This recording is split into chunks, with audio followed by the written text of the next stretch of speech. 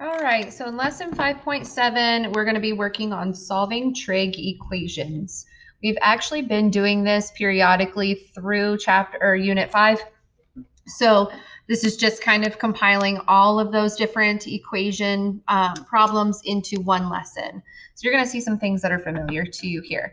Here are some techniques you could use when trying to solve equations. So this is just a little checklist that you could go through if you're not sure where to start. I'm just going to do a few examples from this, and I will be posting a PDF of the rest of the examples on the classroom post. So for this first example, we're solving for x. In order to do that, we need to start by moving anything that's not attached to the cosine to the other side of the equation. So that means adding 1 and dividing by 2. Now, when you get to this point where you have cos of x is equal to 1/2, your job is to say to yourself, I need to find x. And so the thought process should be cos of what is 1/2? Or when is cosine 1/2? So in the unit circle, cosine is positive in the first and fourth quadrants. In the first quadrant, cosine is 1/2 at pi by 3. And this angle in the fourth quadrant is 5 pi by 3. So those are your solutions. Okay, skip forward to example 6. And in example 6, what we're looking at is the same idea of solving the equation.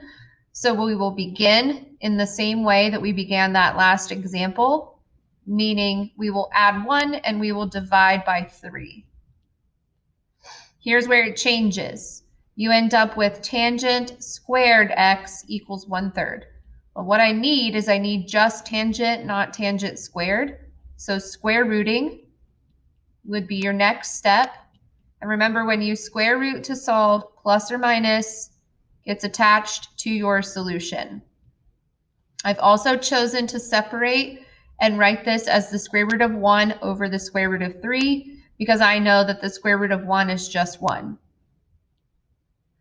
Now, this is not a unit circle value the way that it currently looks, but if we rationalize, we will get something that is more familiar looking. So this is tan x equals plus or minus radical 3 over 3. So now that I've got it solved all the way down, my thought process is going to be, when is tangent radical 3 over 3? Tangent is radical 3 over 3 at pi by 6.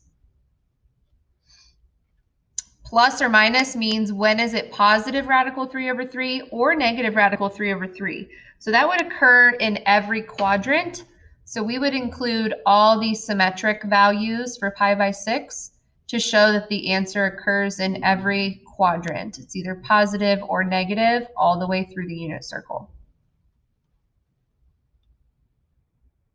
Okay, example 7 is next. Now this one would involve factoring. So you can tell that there's factoring needed because there's two different trig functions. One term has a sign and so does the other. So what we're going to do is start out by factoring out a sign.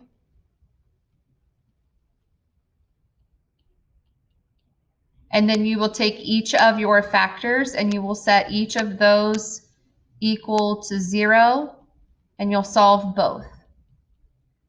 The first one, sign is already alone, so I can go ahead and solve this by saying, when is sign equal to 0? Sign is equal to 0 at 0 and pi. So those are a couple of your solutions. My second equation needs some rearranging. I need to add the 1 over and divide by the 2. So this becomes 1/2. And now I'm thinking, when is cosine 1/2? Cosine is 1/2 at pi by 3, and in the fourth quadrant as well, which would be 5 pi by 3. So this equation has 4 solutions.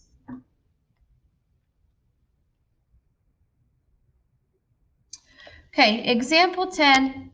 We are solving again, but this time we're going to be doing factoring a little bit of a different way. So first of all, I don't have the same situation as before because I don't have two different trig functions. I also have 3 terms. So in order to factor a trinomial, we need 2 parentheses like this. 2 times sine, or 2 sine times sine would be 2 sine squared. 1 times 1 would be 1. But we need one of those to be negative and one of those to be positive. So this would be the correct factorization.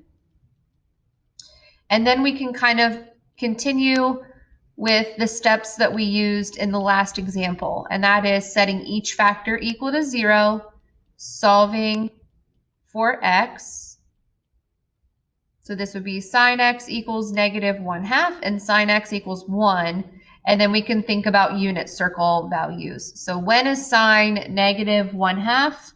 That would be in the 3rd and 4th quadrants. Pi by 6 is when sine is a half. So we need the 3rd quadrant value. That would be 7 pi by 6 and 11 pi by 6 for the 4th quadrant value. When is sine equal to 1? Sine is equal to 1 at pi by 2 only. So this one has 3 solutions. Okay, last example. So I want to show you what to do when you have an equation that's a little bit messy. When I mean messy is, I mean that this angle measurement here is not just a letter. We've seen lots of equations where they're just x's inside the trig function. This is more complicated. So what we'll do is we will change this to something simple. And I usually pick u. I don't really know why I pick u, but that's what I just choose most of the time. So I'm going to rewrite this equation. And I'm going to let u be equal to x over 3. So my new equation is going to be written as sine u equals 1/2.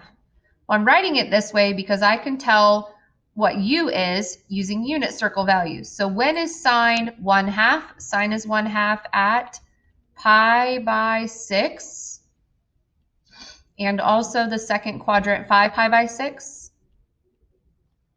Now these are what u would be equal to, but there was no u in the original equation.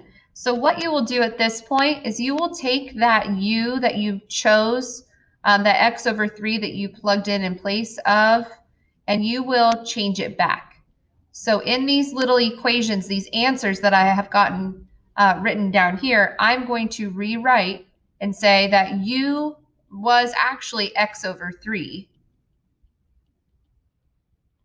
U was actually x over 3 to begin with, so let's change it back to x over 3, and now let's solve for x, which would mean I need to multiply both of these by 3.